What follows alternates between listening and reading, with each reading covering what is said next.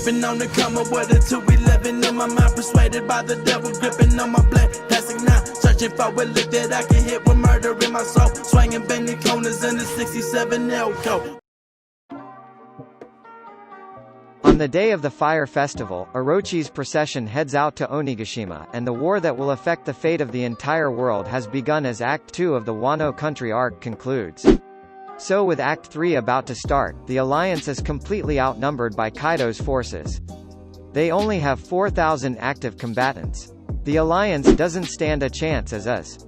But as we noticed, there are still many samurais trapped in the Flower Capital and in all the different labor camps all across Wano.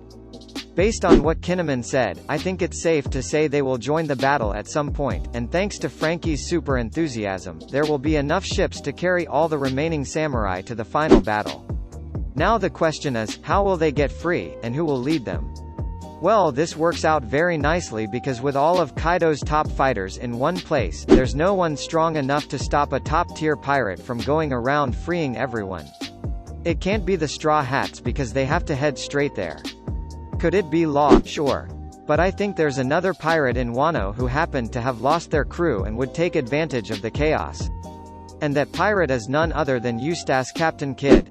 Kidd is here in Wano for a reason, was made Luffy's rival back in the day for a reason, and isn't with the Alliance for a reason. Kidd has to play an important role in this arc, and sadly the odds against the Straw Hat Alliance is just so great, that they'll need to bolster up forces.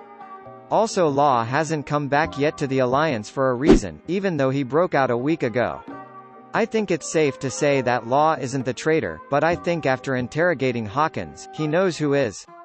And after all his experience with the Straw Hats since they've entered the New World, he knows they can't follow a plan, so therefore he's acting on his own. Law will work together and inform Kidd what's to come, and since he's doing things solo, Orochi will never see it coming.